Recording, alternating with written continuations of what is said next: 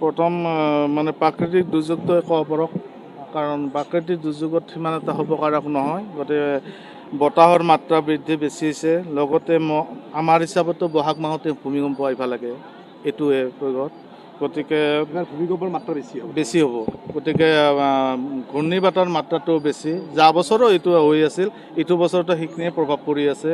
গতিকে গ্ৰহ সঞ্চাৰ হয় নাই সেই স্থানখিনিলৈ।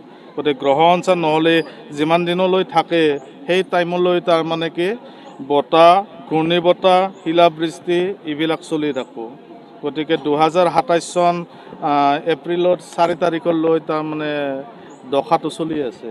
এইটো প্ৰাকৃতিক যোনটো দুৰ্যোগ হ'ব এইটো আমাৰ সেইখিনি বিষয়ৰ কাৰণে। গতিকে শৰীৰত কিছুমান ক্ষেত্ৰত মানুহৰো শাৰীৰিক ৰোগৰ মাত্ৰা এই বছৰটো বেছি হ'ব, কাৰণ যিহেতু ৰবি এই বছৰ ৰজা হৈছে। ৰক্তকাৰক গ্ৰহ এই বছৰত ৰজা হৈছে। তেওঁ আদি, তেওঁ সূৰ্য, তেওঁ পিতা। গতিকে শৰীৰত ৰোগৰ মাত্ৰা বেছি। বেছিভাগ ৰোগ হ'ব উদৰ পীড়া, চকু আৰু দণ্ড ৰোগৰ মাত্ৰা বৃদ্ধি বেছি হ'ব দিছে। শৰীৰৰ মানুহৰ মানসিক কষ্টটো বেছি হৈছে। যিমানে সুখ থাকিব সিমানে অশান্তি পাব এই বছৰ। ৰ'দৰ তাপমাত্ৰাটো বৃদ্ধি বেছি হ'ব এই বছৰত। তাপৰ মাত্ৰা বৃদ্ধি হ'ব। লগতে ৰবি আৰু শুক্ৰ সংযুক্ত হোৱাৰ কাৰণে কীট পতংগৰ মাত্ৰা বৃদ্ধি বেছি এইবাৰ। গতিকে কীট পতংগৰ পক্ষৰ পৰা এই বছৰত কৃষি সমগ্ৰ এইবিলাকো ধ্বংস হ'ব পাৰে তাৰ পক্ষৰ কাৰণে সেইখিনি।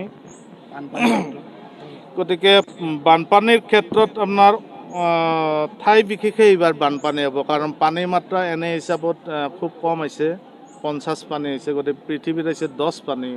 গতিকে কিন্তু এনেকুৱা হ'ব পাৰে যে ভূমিকম্প যেতিয়া আৰম্ভ হ'ব তেতিয়াৰ পৰা শিলাবৃষ্টি বা বানপানীৰ প্ৰভাৱটো বেছি হ'ব পাৰে এইটো বিষয়ৰ কাৰণে।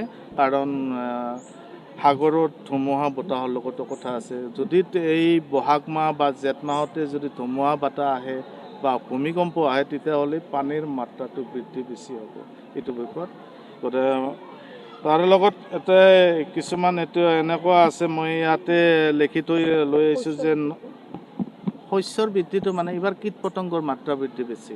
গতিকে কীট পতংগৰ মাত্ৰা বৃদ্ধি বেছি, শস্য নাশ হ'ব পাৰে।